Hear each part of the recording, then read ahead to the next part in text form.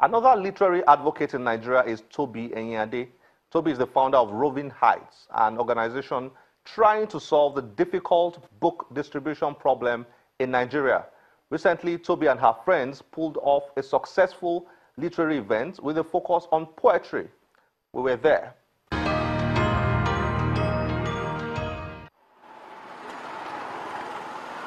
The You Read Public Library, located at Ahabat Macaulay Way, Yaba, Lagos, was the venue of the Book and Gauge reading event, which attracts young literary enthusiasts.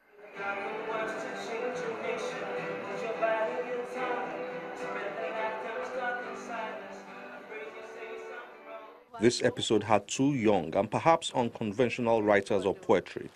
Okay, so Sheon Larry Williams, I know that you are a lawyer by day. Tolu Akinyemi, also known as Poet Tolu, is a poet whose works are targeted at people who don't like poetry. He's also the author of a poetry book titled Funny Men Cannot Be Trusted. His fellow guest poet of the event was the Nigeria Prize for Literature 2017 long-listed writer, Sheon Larry Williams, who is also a lawyer and the author of a collection of poems titled Gary for Breakfast. Yeah, a few things. It's not what I'm trying to say. It's not always. The two writers shared their thoughts and experiences. The title is something I believe many people can relate with. It was just one of the poems in the book. In fact, it was one of the shortest poems in the book. And so when I was looking for a title, after I had written all those poems, I just felt like, okay, which one will be very catchy? And Gary for Breakfast sounded like it to me. Yes, like I imagined walking in the market or, some bookshop, and I see Gary for Breakfast, and I'm like, oh, okay, this is something. At the end of the day, you want to be able to catch attention. People judge books by their cover. Oh, even though we say don't judge books by their cover. People do. Everybody has a story to tell. We all have a story to tell, and if you don't tell your story, who is going to tell it for you? So for now, let's put the money aside, but the fact that when you come and when you've gone, there is something that you've done that can endure. Do you understand? It doesn't matter if it's one person who reads it or two people who read it. It doesn't really matter. Being read at all is a very big deal for me. Like I want to write for people to read. I don't just want to write. When you have words inside a book and it's just there, they're just marks. They're just, words inside a book somewhere. But when somebody reads them, they come alive and they're living. So success for me is when people are reading your work. So I know there are people, the problem for them is writer's block. But to be honest, I don't suffer that. I never run out of things to write about because I've chosen to write about the ordinary stories that happen every day. So you can never run out of that. They read from their collection of poems. Amanda rejects Amala because of its color. Nothing sadder than discriminating based on it. When Amala touches a wedu, beautiful things happen. Like the clouds disappear and your mind begins to sharpen. And lovers forgive lovers and give love another chance. Babies learning to crawl will get up and start to dance. And the Oyibo man, by merely watching, may go into a trance. So as you eat Amala, say a prayer. Amala is spiritual. As it enters your mouth, you feel vibration in your soul. An awakening of your entire being, an invitation to the unknown. As lumps are gulped down, you will forget to breathe until they touch the stomach's earth and decide to set you free. Your inside is warm and nice. You come alive immediately. You may not be able to control your face. You may smile stupidly. Anything after Amala is tasteless, but Iyala Amala has the cure. More Amala can fix this. I'll bring some more. Amala, food the color of Biliki's body. Amala, food as hot as mercury. Amala, Togbono Feli Feli. Give me Amala, inspire me to go to heaven. When you are single, everything reminds you. The mere word we reminds you, since it's one you never use. Your favorite dress reminds you. Each time you need help with the back zip. Buy one, get one free reminds you. Everything is cheaper done in twos. And those older acquaintances with questions you have no answer to. Like, Pt3, when are we eating your wedding rice?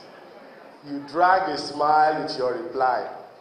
No see auntie, no sir, don't baby oye. When do we attend your funeral? If only you could say it out loud. But it wasn't just about poetry and readings. There was music.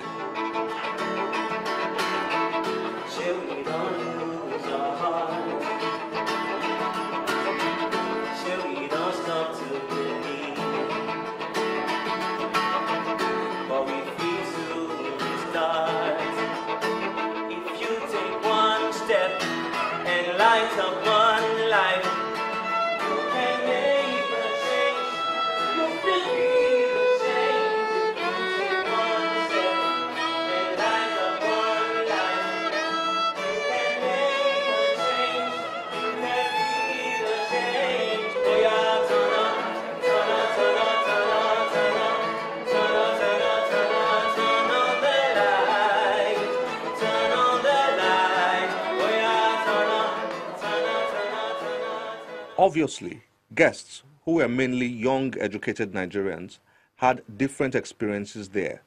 But overall, the feelings seemed positive. I've always read about Pt3 on Instagram and the likes, and then his kind of poetry is one that I really love. People who don't understand poetry think things like these are not poems, actually. They want to see those hard-to-read poems by Shakespeare and the likes. Yes, I've had so much fun, and like the poets themselves said, they've tried to simplify poetry, so we don't have those grand, obscure words anymore, so it's poetry in a very simple form, something that people can easily relate to. So I think it's very brilliant what they're doing.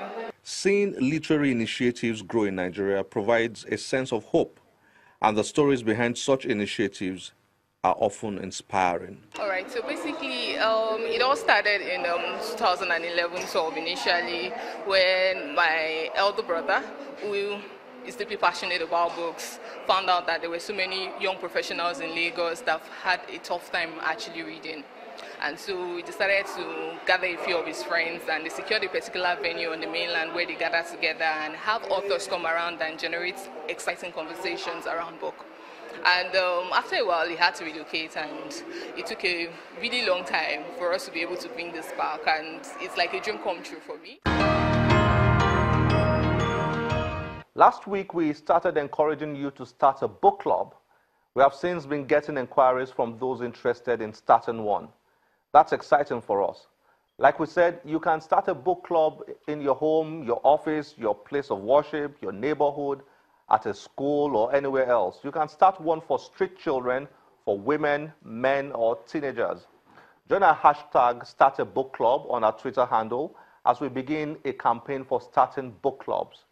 If you do decide to start one, please notify and send us your details through any of our social media platforms displayed on your screen.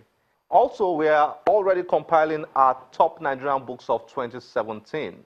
We usually pick 10 non-fiction and 10 fiction titles. They are books written by Nigerians but published anywhere in the world between December of the previous year and December of the current year.